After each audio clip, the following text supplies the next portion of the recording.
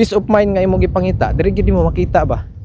Say nang kay mata nimo magandam kasi mong kagalingon, kaon kag kura isa. Wala jud kay masampit kundi ikaw ra makita nimo sa imong palibot para singon ani na ra gyud do. Kay ang mga tao man gud diri inigulis trabaho, parehas ra pod namo as OFW. Inigulis trabaho diretso sulod sa balay, hikay sa pagkaon, cellphone gamay, tulog na.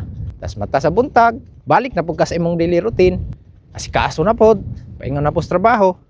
Maura na life cycle nimo diri sulod sa tulo ka tuig. Patong una kaingon lagi ko, hindutan ay uli og Pilipinas oy.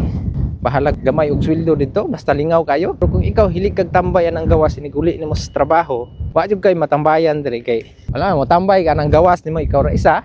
Pwede siguro pero gingon aning tingtugnaw, kitoy man gyud nang kuyamoy nimo sa katugnaw pod. Pinaka-struggle gyud nimo diri, homesick, kanang kamingaw gyud. Iniguli nimo ikas trabaho na maanad man jud kag na kay mga anak, iniguli mo sugat sa imuha, na kay mga ginikanan. Mustahon ka sa imong trabaho.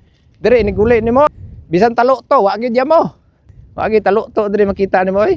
Pero kadugayan sa ngalan sa imong pangandoy, ug sa imong tinguha nga maka-provide ka sa imong obligasyon samot ng pagkaon sa imong pamilya, laban, maanad ra ka kadugayan. Kaya ako naanad ra man ko ingon ani po do.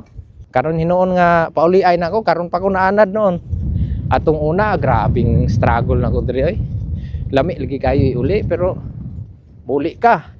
Perting mahalas ticket. Halos isa ka bulan po nimo nga sweldo ang ticket dire paingon pa uli. Nya muli na pugkas Pilipinas, mag problema na pug kaon sa sweldohon nimo dito. So back to zero na pug ka.